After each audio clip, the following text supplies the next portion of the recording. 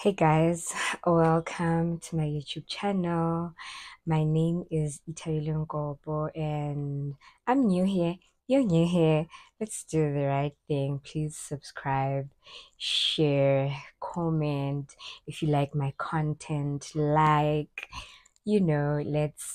become one big family. So in today's video, like the heading says, I'm going to be talking about things I wish I knew before I got married. So what I've basically done is I've divided this video into three parts. So because I'm already on the other side, the first one will be things I knew before I got into my marriage, and then the second one will be the things I wish I knew within my marriage, and then the third one, it's not necessarily things I wish I knew, it's things that have worked for me now that I'm divorced and out. So let's get into it. Okay, before I get into it, this video is dedicated to young women who still want to get married. It's dedicated to obviously women who are in marriage. Perhaps the things you might pick from some of the things I've written, because like I couldn't write everything, but I was just like, let me put on the fundamental things that you need to know. Yes. So first of all, before marriage, you need to have a relationship with God. That's one. You need to have a relationship with God. You need to have a relationship with God, because there's no way you can have a healthy relationship with this child if you don't know him. So first of all, God or your higher power. I guess it depends on who you believe in. If it's Allah, the universe, like your inner source. Yes, your higher source. And secondly, you need to get to know and love yourself. You need to get to know yourself so much, because otherwise you're not going to make the right decisions for yourself in terms of choosing a partner if you're not self-aware. So self-awareness, very, very critical, very, very important. And then number three, don't mind me if I keep looking down, because I have so much and I decided to put them. I decided to make notes, because otherwise I don't want to forget anything. You understand? Yeah. So three, you need to have a vision for yourself, a vision for your future, and you need to check whether this person you're dating, your visions align. You understand? You need to check whether your two visions align, because trust me, if you don't have the same beliefs, if it's going to be a problem. It's going to be a problem. You need to align on the most important beliefs that you have. Say maybe like not everything, but at least your top fours, or yeah, at least top four, and have your deal breakers in line. Write them down, know what your deal breakers are, and do not compromise. Don't compromise, because otherwise, kuningi guys, kuningi. So yeah. And then number four, deal with your childhood trauma. And I didn't know this until I came out of marriage, that I had childhood trauma. I don't know. Hey guys, probably dump or something, or maybe times then were not like, you need information, you need, in order to be self-aware, because most of the times we attract who we are, and those are the traits that we grew up seeing, and they had become so normal to us that we cannot sense the next person with the same traits. Like how you'd say, I don't want to marry a man that hits me. Yeah, but because of this guy hits, you don't know yet. But your spirit is so used to that kind of environment. You're not like, you can't pinpoint or this one is not the one. Like your spirit, your discerning spirit might say no. Like the minute you meet a guy who's not for you, discerning spirit must shout. So you have to deal with that, and if you don't, you're going to attract exactly that in another person. And then point number 5, which is my last point in the before phase, is if you can, honestly, if you can, marry an older guy. Because when you marry your age mate, chances are he's a bit immature as compared to you. You know how they say women mature more faster than men. Yeah. So try to marry. I'd say, yeah, that's a bonus point. If it works for you, it works for you. If it doesn't, it doesn't. Not to say there's anything wrong with marrying a younger guy or your age mate, but preferably, I would have married an older guy. Yep. Okay, so we get on to the during marriage, and this is where I'm gonna lose count. So if you have your your pen and your paper closer to you, that would help, so that you number them. Because even with my sketching, I lost count. Okay, because I remembered one and I put it in between others, so like I lost count. One, first of all, what you need to know about getting married is that you guys have become one. You've become one in flesh and in whole spiritually, yes. Therefore, automatically, you need to prioritize each other. There's no way a marriage can work if you guys are not making each other a priority of each other. Absolutely no way. So you need to prioritize yourselves, like each prioritize each. If I'm making sense, prioritize each other, right? Okay. And then remember to, okay, I'll come to it. 2, learn your spouse's love language. So these are some of the things that I said I wish I knew before I got married, né? Because you know what we usually do as human beings? You want to love the next person how you want to be loved. And shame, we don't feel the same. Your love language is not my love language, and I expect you to love me how I want to be loved. And the only way your person will know how you want to be loved is if you communicate. So we need to communicate what our love language is. It's very, very important. My love language might be acts of service. Né? I'll make an example actually. My love language, yes, is acts of service. And most of the times you'll find me acting, doing the acts of service to my partner, whereas I should be receiving acts of service, if you get what I mean. Like I do what I want to receive, you understand? And it's wrong because, for example, my partner right now, his love language is time, like quality time. He as long as he's around you, he's happy. Me, on the other hand, I'm an acts of service person, and I'm so grateful for that because we spoke about it. And yeah, anyway, that's how did I get there? Grow together, guys. If you do not grow together, you're going to grow apart. So there's this myth of saying, when I met you, you were not like this. Of course, I'm meant to grow. With years, I will grow. Who you met 5 years ago is not who I am 5 years later. The things I loved 5 years back are no longer the things I love now. The perspectives I had about certain subjects have changed. I'm growing. Allow me to grow. Grow with me as I grow. So it's very important that you guys grow together, because otherwise you're going to grow apart.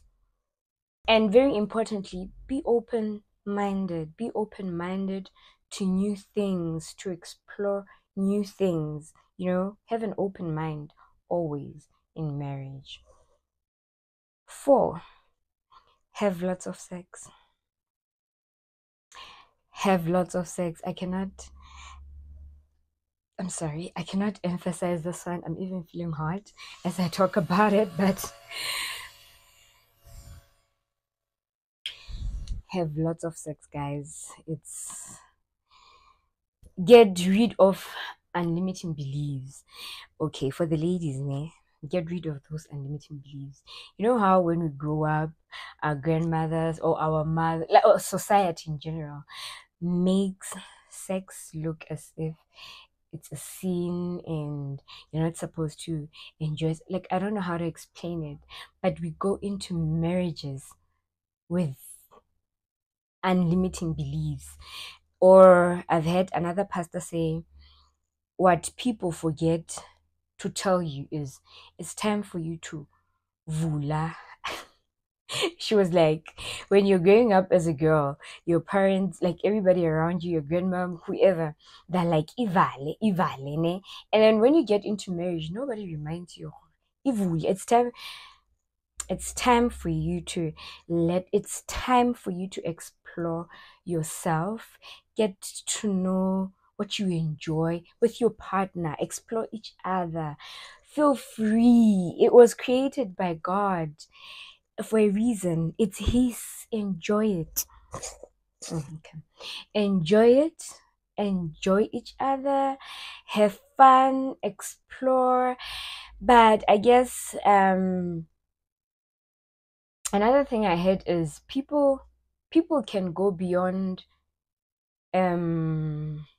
your expectations. Like, you as a partner, you find that your partner is going beyond what you have set as boundaries for yourself. Set boundaries for yourself. Set boundaries for yourselves, not yourself, yourselves. To say, I'm making an example. Perhaps if it's a sexual act which does not bring any diseases, like which will not cause any illnesses within the relationship, which is not, I don't know if I'm making sense, guys. Kore, I just want to say, if it's something that will not have bad effects later on, be open-minded to it. But then again, you can also discuss what are some of the things that you feel might bring you guys illnesses, because I feel like with sex you can explore, like, there's no end. There generally is no end. I remember I I remember someone saying, you'd be surprised what people do, things you never imagine, things that are not talked about. So you guys just need to have an intimate space to like talk about what you can do and what you cannot do. You understand? But it's very important that you have lots of sex. I encourage lots of sex. And then intimacy. And I brought it after sex because I think intimacy is not only sexual. Intimacy is being emotionally there for your partner, being like, have them know they can open your soul, as much as you can open their soul. Like, have depth within your relationship. Don't have a shallow relationship. Band deep, guys. Okay, have deep conversations, be vulnerable with each other. I'm sure you get me. Intimacy. That's what I mean by intimacy. Let go of secrets. Let go of trying to hide things, finances, whatever. Those things all contribute to intimacy. Be intimate with each other. Okay. Yep. So, number 6, try as much as possible to leave third parties out of your marriage, especially if it's family and friends. Don't do it. Don't do it. Your friends will always be for you. Of course, there are times when if you have honest friends, they'll call you out. But most times, our friends are for us. Our families are for us. And in as much as they're trying. Trust me, they're trying not to be for their child, but deep down, they're for their child. Okay. And you might even have a discussion now and then they bring it up later to say, Mash was crazy. So try as much as possible to not have friends and family. If you need a third person, if push comes to shove, find a therapist, find an older couple that can go, people who are not biased, guys, people who are very neutral, therapist, counselor, priest, whatever, whoever married you. And then communication.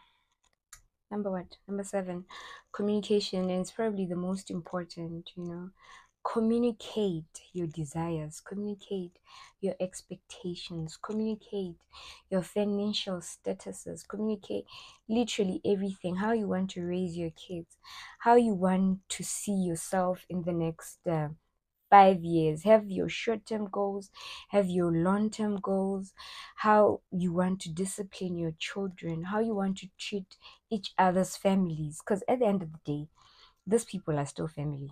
And I wouldn't be happy, for instance, have my parents suffer when I'm living a soft life. Like, let's sit together. What can we do for our families? Because at the end of the day, we're still daughters and sisters and brothers and all of that, and cousins and nieces and nephews, and we still have other responsibilities, although no longer a priority. But listen, you have events that you go to talk, communicate about literally everything. Have your spouse as your best friend. It's very important that this person is your absolute best friend. Okay.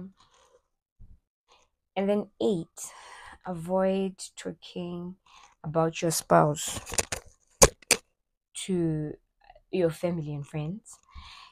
Either be good or bad. Both. Stop it. And I say, like, minimize as much as possible. I say this because some people are honestly envious of you telling them the good things that your man does for you, your husband does for you, your wife does for you. Some people would really love to tap into that energy, like you're glowing and everything. There must be something about this girl, there must be something about this guy. I'd love to tap into that. And some people don't care. Some people don't care, honestly. This is why your sister can replace you. So be careful. Be careful of envious family and friends. And listen, sometimes I think experience has taught us that even the person whom you thought would never betray you somehow eventually betrays you. I don't know, we learned the hard way. Some of us have learned the hard way, Gucci. The people we loved, the people we trusted, are the very same people who have betrayed us first. So be careful. Be extra vigilant about that one also.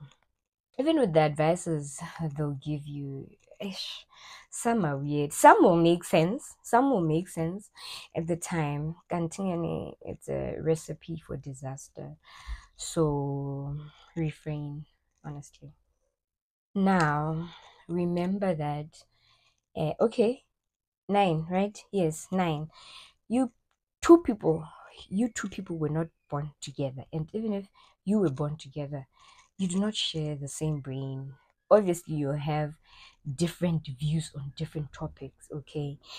Fight fair. Do not fight, do not fight to win arguments. Fight fair to reach a resolution. And yeah, fight fair.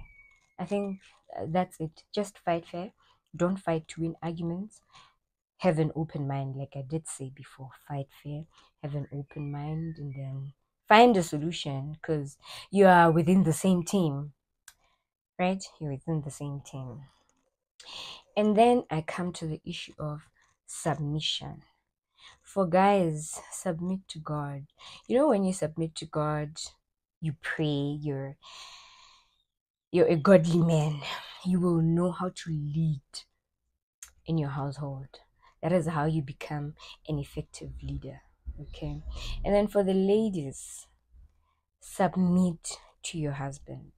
What does submission mean now? Because for men it's a spiritual aspect, né? But for women you need to practice it. We need to see it. We need to see you practice it. I need to keep checking that my mic is still on. So what it means to submit to your man is you need to honor him. Okay. You need to speak life to him. You need to appreciate that man. Okay. You need to respect that. Which was the first one? I should have said this first. You need to respect that man. And all of this encompasses respect, actually. Sorry. You need to speak only highly of him, especially if you're gonna talk to him, to other people. Of all things you can say about your man is the good things, never ever the bad things. This will do good for your marriage. Okay. Number 11, you need to be aware. Oh, I should have known that in marriage, it's not always romantic and happy and like there are quiet days, guys. There are quiet days, and you need to relax in those quiet days. There are hard days. You need to be there during the hard days. Hard days can come in different forms, you know. But there's nothing wrong. It's only life. Life is a roller coaster. Sometimes it's all good, sometimes it's all bad. But the minute, don't run the minute you feel it's no longer that rosy romantic space that you're used to, and you need to be comfortable with the quiet times because they're there, actually. Even with yourself, or rather, I learned later that I can't always be on some happy vibes, and no, there are times when it's really quiet in my life, it's really hard. I need to seek God. If it's seeking God, I need to seek Allah. If it's Allah, like I need to tap into my higher source. You understand? It won't always be rosy. So just because today things like it doesn't mean it's the end of the relationship, the marriage. It's only natural. Okay. Number 12. Don't stop dating each other. It's very important. Set aside a day for you guys to like really catch up on each other, because you find during the week we're busy, we're going up and down.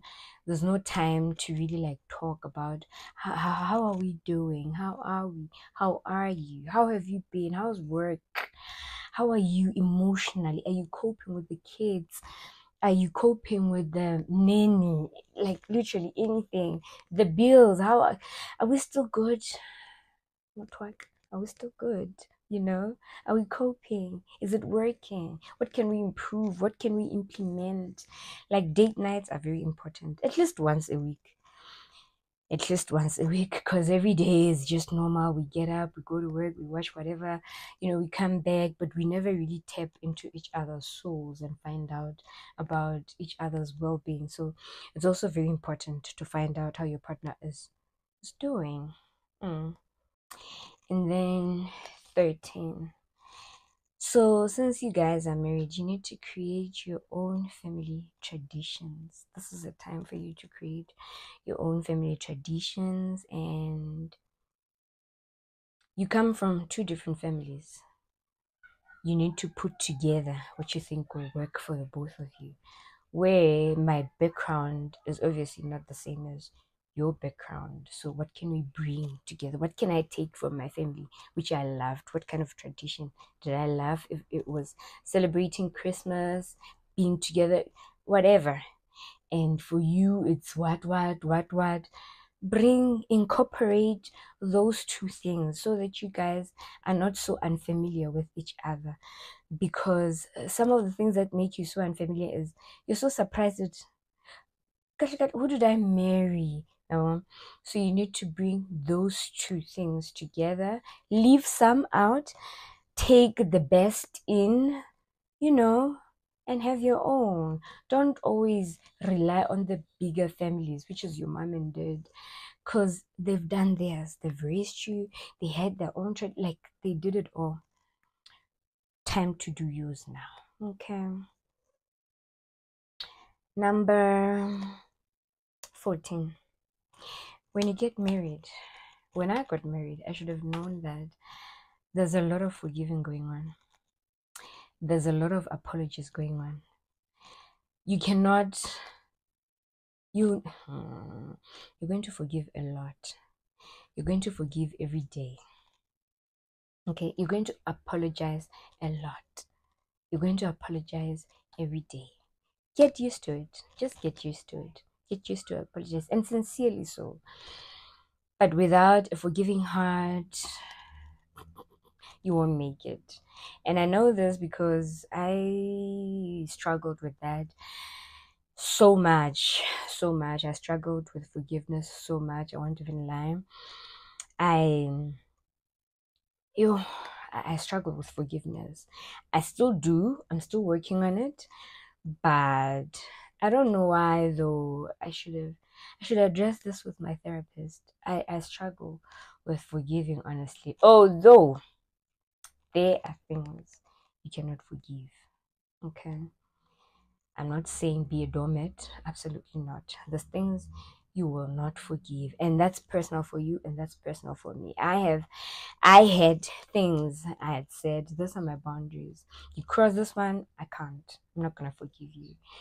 But like you can't go to bed mad because of something that you know your partner like there's a difference between forgiving a certain thing and tolerating a certain thing. Now you also have to have the wisdom to know which things you're tolerating and which things you're forgiving. Otherwise, you're going to be unhappy. There's behaviors in your partner that you need to tolerate, honestly.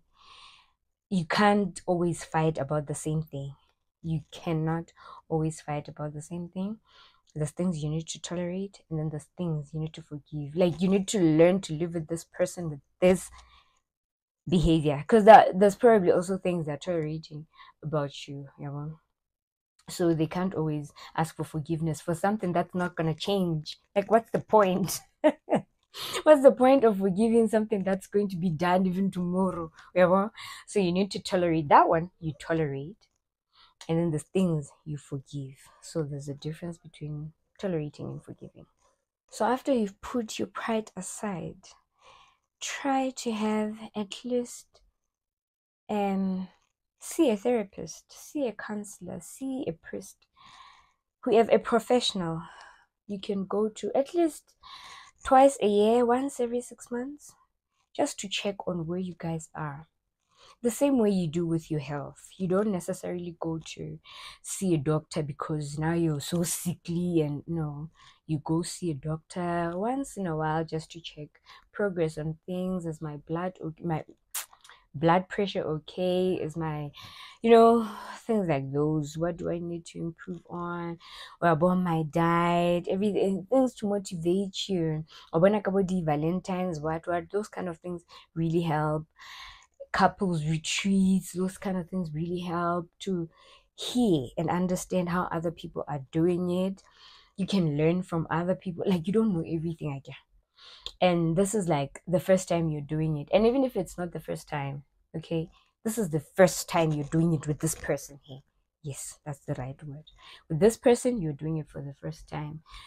So you need to have an open mind, get to know other things, what you can put into your marriage to make it enjoyable, what you can remove, what you can eliminate, or things like those that are very, very, very important. How you've changed together, how you've changed, how you feel about the things you felt back in the beginning. You're allowed to change the same way you change with liking a certain car. Like, I can tell you that my dream car 2 years back is not my dream car now.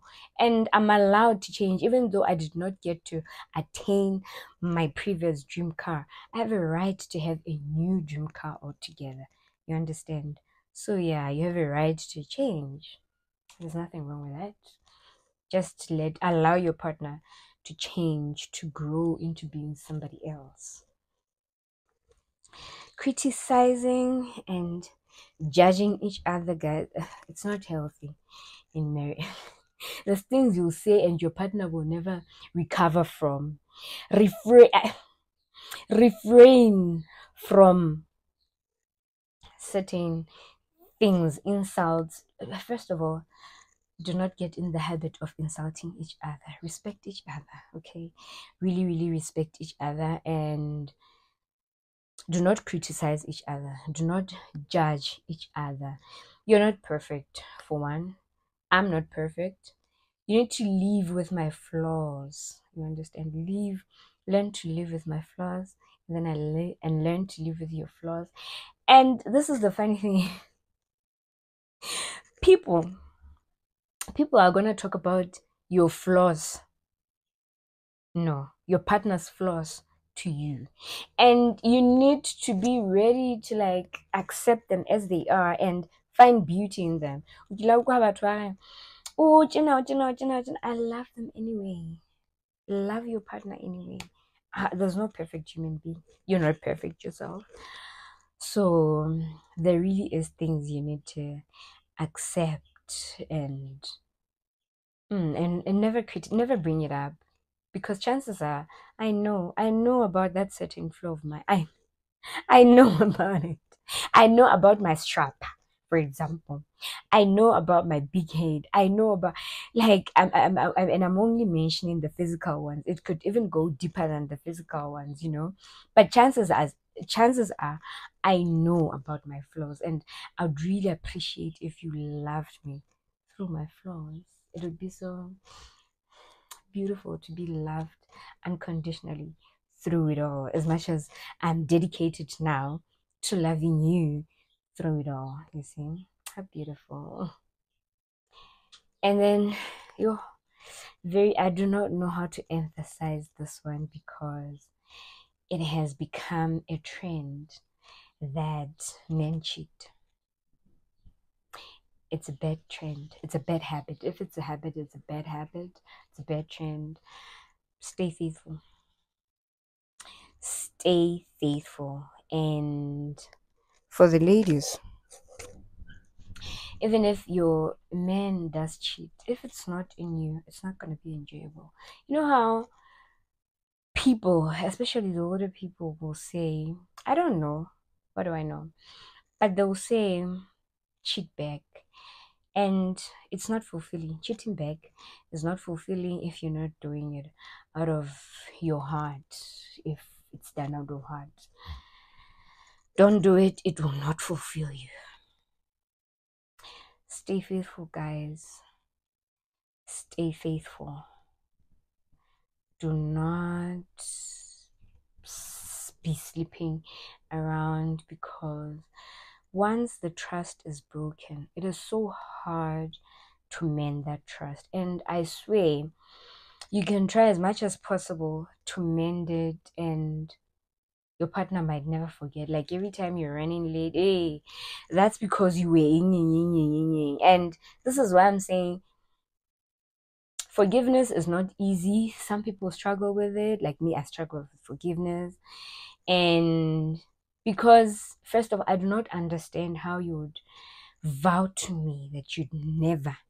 Because marriage is, now I'm focusing on you. Now I'm going to try to make a relationship work for so many years, no matter how hard.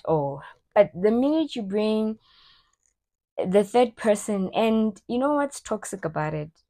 It's when you try to approach the next person, especially men, when you're trying to approach the next girl, you always make it about your wife being inadequate. Most men, your wife being inadequate. If not, okay, you perhaps you don't even talk about your wife, but what you're teaching this person you're dating is that really your wife is inadequate. Because if she was adequate, why would you be cheating? Not to say she is inadequate, absolutely not. Because even here, there's things that you're tolerating, or like there's no perfect human being on earth. The sooner you accept, or you'll never find perfection in a human being, the better. Work on watering your grass every single day. Work on making your sex life better. If it's the sex, work on whatever. If it's the emotional compatibility you're not feeling, work on it. Tell your partner how. Yes, I feel like you never listen to me when I talk. And women love talking. Women love talking. You never listen. Men love talking. I think men also love talking. It's just that I don't know. Men talk, guys. By the way, men talk. It's a myth that men don't talk. Men talk, by the way. Men talk their emotions. Men have emotions. And you need to be there to accommodate and validate your men's emotions. And sometimes they don't even need a solution, because men already are solution oriented people. It's not that he needs your input, it's just that he wants to talk about it. Be a listening ear, be compassionate. That's how you show him love and respect, eh? Mm. And then number 18, right? 18. Challenges in marriage are inevitable. I can promise you that. In fact, challenges in life. There'll always be challenges in life. But now in marriage, you need to learn to fight for your marriage. You're not even fighting for the next person. You're fighting for what you guys have built together. You're fighting for your vows to each other. You're fighting for the promises you made when you guys were still in love with each other. It's so funny. It's so funny that when people are in a relationship, like they promise each other things like the heavens and the earth. And the minute they get into marriage, okay, you start taking them for granted. Okay, you don't care anymore. Okay, you sure. Mm, mm. That's the word I was looking for. You suddenly feel sure of your partner, and you can't really be sure. Pursue each other daily. If it's impressing each other, impress each other daily. The same way you used to impress each other when you guys were dated, continue doing it. That's exactly what works for marriages that have lasted long, that have lasted 40, 50 years, 60, 70. And it's inspiring to see that. And if you can do it, do it. Fight. Fight. Because even the devil is fighting. Remember, for for people who are religious, people who believe in the Bible, it says that the devil wants to destroy, wants to steal, and wants to make you basically miserable. Okay. And I can tell you, failing in marriage, it will make you miserable. Okay, it will make you miserable. Take it from me. So that was my last point about the things I wish I knew during my marriage. I they're very, very important. And there's no formula to marriage. Yes. Sorry guys, sorry for burping. I'll edit that out. But there's no formula for having a healthy marriage, a prosperous marriage. But I can tell you there's basics you can go in with. Remember, marriage is an empty box. So you guys come with things to put into the box. So if, say, one partner is only putting into the box and then the other one is only taking, the box is going to run out. The other partner is going to run out, and when she runs out, it means the box is going to run out. So it's only fair to like put both efforts into your marriage box. put in, he puts in, put in, he puts in, put in, he puts in. That's what's going to make it work. And it's beautiful after you put in the effort. And it's a lie. Thinking that marriage does not work is a lie. Marriage is work. Relationships are work. Having, like, it's work. It's work. It's also work that you need to prioritize, that you need to focus on, that you need to be intentional about. Let's have intentional. And then divorce. First of all, divorce is not a sin. I want to put this one out there because I've experienced the discrimination, the humiliation, the shame. Like, I've been put to shame for being a divorcee. Divorce is not a sin. There's a reason why God speaks about it in the Bible and why he says he hates it. Yes, he hates it, but there's also reasons why he says divorce be granted. And we cannot shy away from that. You're not going to stay in a toxic marriage because God hates divorce. You're gonna die. Yo.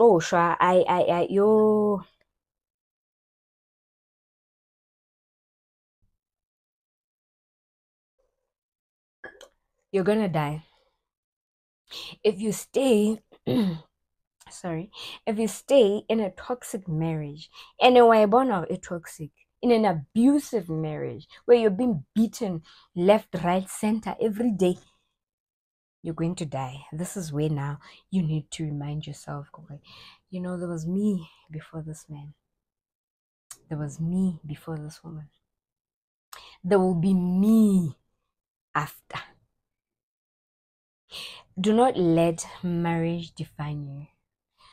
Don't let yourself be defined by marriage. Although I'm going to admit this, okay? What I've seen is most people want to get married, if we're being honest, but it's just not happening for them. And it's sad. It's sad, and we need to have compassion for those people. I know so many people who want to get married, but it's just not happening for them. And we need to be compassionate with them. So then, when it finally happens for them, and then things are going, okay, and then things are going south, they feel like they don't want to be a failure. They've waited for this marriage all their life. Listen, a marriage is beautiful when it's healthy.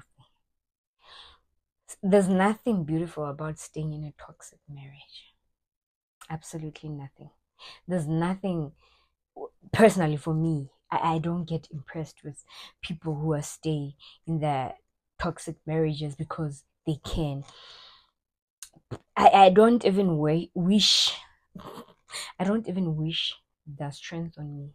I don't want to be that kind of mbogodo where I'm being beaten left, right, and center every weekend. I do not envy it at all. And I also would love to say, do not get married for the sake of getting married. Get married because it's a purpose. I saw Matabi. Matabi. One, what is she famous for? My secret drawer. My secret drawer. I hope she doesn't mind me referencing him because I don't want to use her words as my words because they are her words. Matabi, I bumped into her her TikTok video where she was saying she doesn't understand why people are mad at married women when they talk about their spouses. Me too. I don't get it. There's nothing wrong with saying munaga this, munaga that, unless there's something you're not dealing with. Unless, like, I don't get it, honestly. And it happened. I think another thing is lenyalo ke kabelo. ke kabelo e ntle, kabelo e tswang ho Ntate Modimo. Okay, and you need to be of a certain caliber to achieve it. And I'm not saying if it's not happening for you, you're not of a certain caliber. Wait, I hope I do not get misquoted. No, absolutely not. All I'm saying is, I was referencing Matabi Hare. It's not even an achievement. It's above an achievement. It's above an achievement because an achievement is something you can work on, you can work at and get it. But lenyalo, you necessarily can't.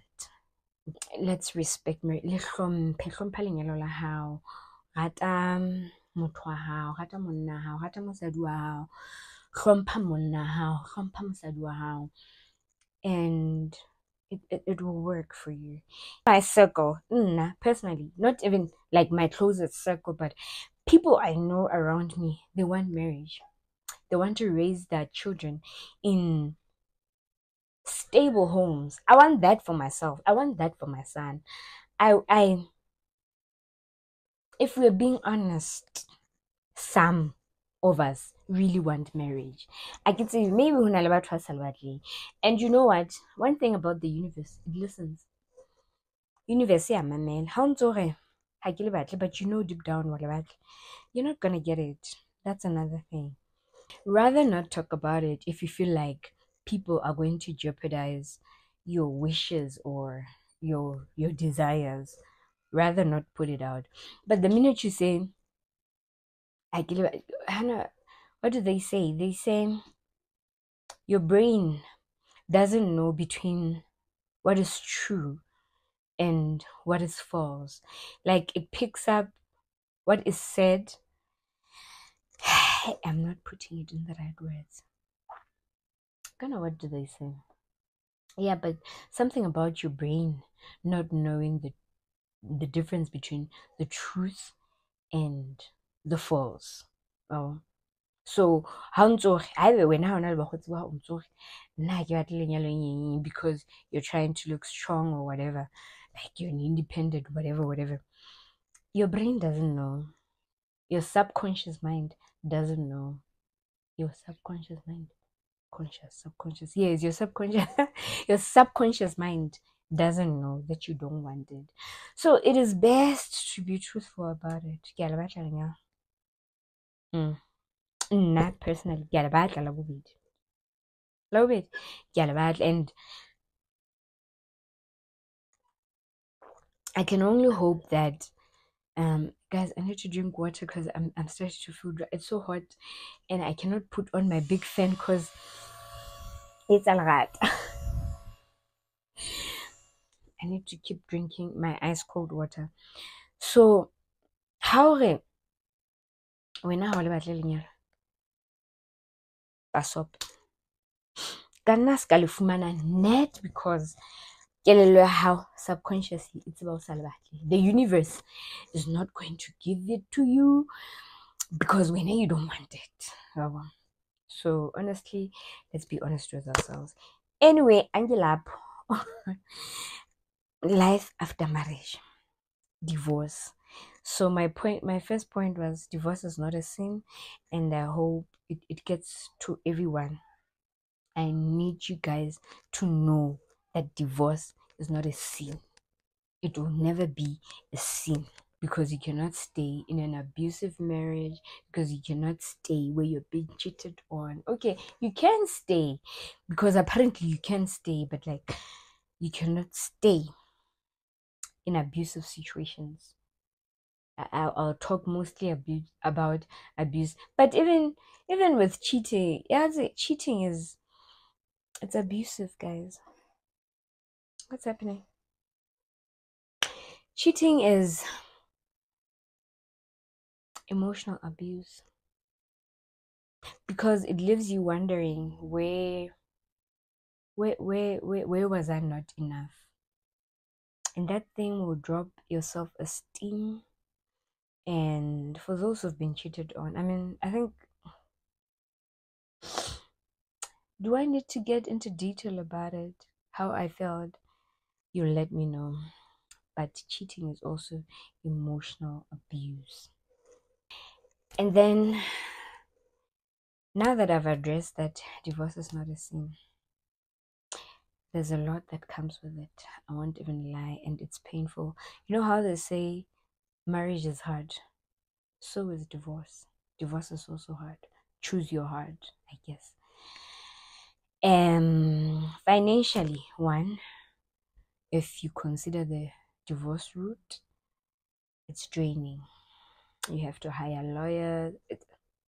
It's draining. It's very, very draining. And if you're a mom, if you got into your marriage and now you have kids, it's even harder. You know, there's people I've listened to about their divorce stories, and I'd say they were lucky. They were lucky because, guys, I was just checking whether my mic is still on. They are lucky because, okay, they are lucky because they do not have kids within the marriage. One thing about being a woman and choosing yourself is when you have kids, it's so hard to choose yourself. I won't even lie. First instinct is you're going to choose your child. And for sympathy's sake, I understand women who say they will not divorce for the sake of their kids. I do. But at the same time, what are you teaching your children? Chances are they're going to live exactly the kind of life that you've lived because that is what they know. Oh. So, yeah. But I'd say for women who are coming, I've realized, well, it's not as hectic as for us now. You have to raise a child through pain. You have to be you have to be a mother through pain. Your heart is sore. Your heart needs comfort, and then your child also needs you. Oh, you can't even process what's going on because there's this, there's that. There's I should have taken my juniors because what is going on now? Because there's this divorce, and then there's your child. You need to be emotionally present for your children. Utloba sad. And for me, I'm so grateful for all the help that was in my life, for all the support that was in my life. Because I won't even lie, there was support, whether I forced it or not, but there was support. So I've tackled I've tackled the financial aspect of it and the emotional. You need serious. Any hard time needs emotional support. And that takes me to my third point. Hore. It will drain you emotionally, it will drain you financially. 3, you need to have a support structure. And guys, your support structure doesn't have to be your family. Because I'm saying this because some families honestly do not believe in divorce, and especially for women. For men, it's fine. I wonder how mosadi. Jwale o hlala na le monna.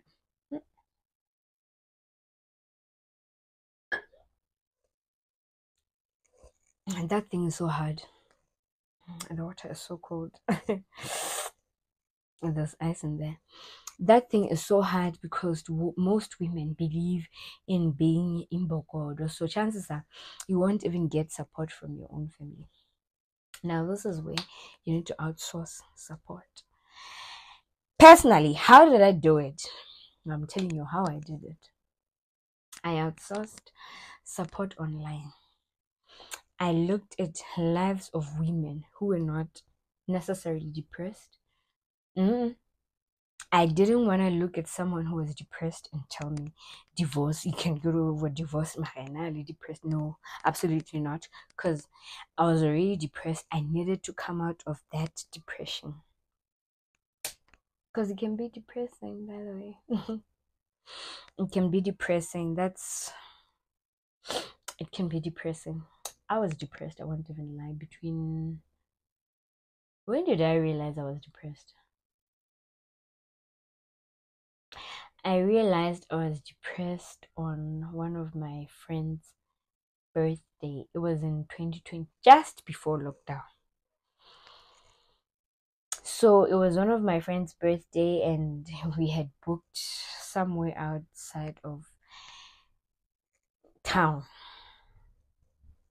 We were celebrating a birthday there, and like fun was had. I was having so much fun, but the following day there was a scale. There was a bathroom scale, guys. Look. So how the bathroom was, ne? The bathtub and the shower was in the same room. So two of my friends were in the shower. They were showering together. I was in the if you know me, I'm a bathtub girl. I'm a bubbles. I'm a wine and bubbles kind of girl. I was in that bathtub and they were in the shower. So we got out eventually. We were also playing music in the bathroom, you know. And then we got out and Dimpo Mamelo, I love you. Okay, guys, I love you. And then we came out. So we saw a bathroom scale. I think it must have been Mamelo who decided to step on the bathroom scale. She stepped on it and she was like, I'm what kgs, yo. I'm so fat. I'm so what. And then Dimpo stepped on it also. Oh my God, I love them. Sharp. And she also stepped on it. Those two people, I don't want to talk about their weight. And then there was me, and then I stepped on it. Did I not get the shock of my life? And this was just before lockdown.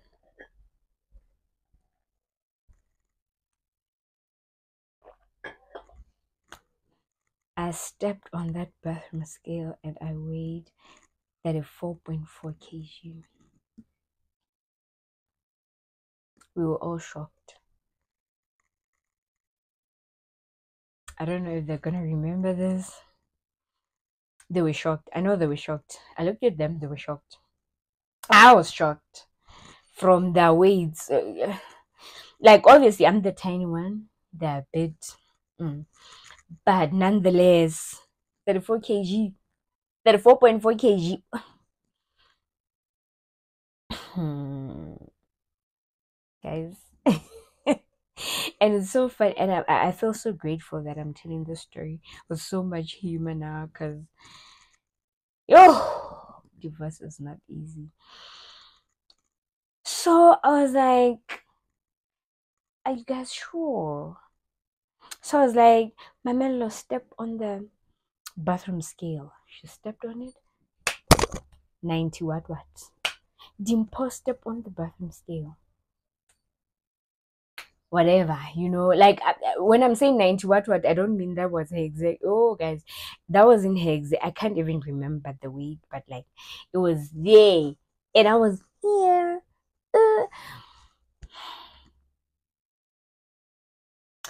I've never been so concerned. I was so concerned about what the hell is going. The last time I stepped on a scale was probably when I was pregnant before I had my child, and I was weighing probably 69 kgs. You know, I've gotten to a 69 kgs, by the way. I was weighing probably a 69 kgs, close to 70. I can't really remember, but I got the shock of my life, and they were all shocked. And from there, guys, I was like, I'm so embarrassed. What's going on? I'm really going through it. I didn't realize I was going through it, but I am, truly am going through it. And then I drank. I moment of silence, and I felt so embarrassed. And at that moment, I knew I had to do something about me, and I needed to pick myself up.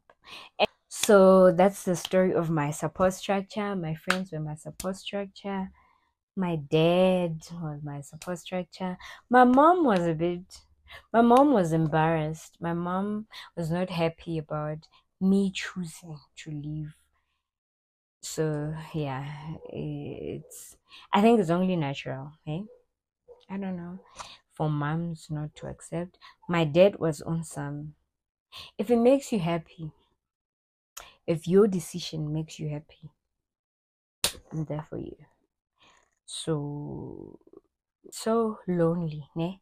It's lonely because you had, in as much as you'd have fights with your spouse, but you can tell them about something that's pissing you off at work. Well, the minute that is no longer there, it becomes lonely. You have no one to talk to. Or I had no one to talk to, because also shortly after everything, I lost my brother. And even though my brother was my best friend, like I could not necessarily tell him everything because I didn't want to traumatize him. I didn't want to traumatize that guy. So there's things I wouldn't tell him, and then there was things I could tell him. So there's things that you can't even tell your parents. I couldn't tell my dad, Hore, this is how I'm feeling, you know. You're used to sex at this point. You're no longer getting sex. Like there's a lot. You're used to emotional presence. You're no longer getting someone to listen to you. You're used to venting. If it's venting to your husband when you get home, you can't vent anymore about your work issues. About it gets lonely. It gets lonely, and that's number 4. It's very lonely. Okay, it's very lonely after divorce, but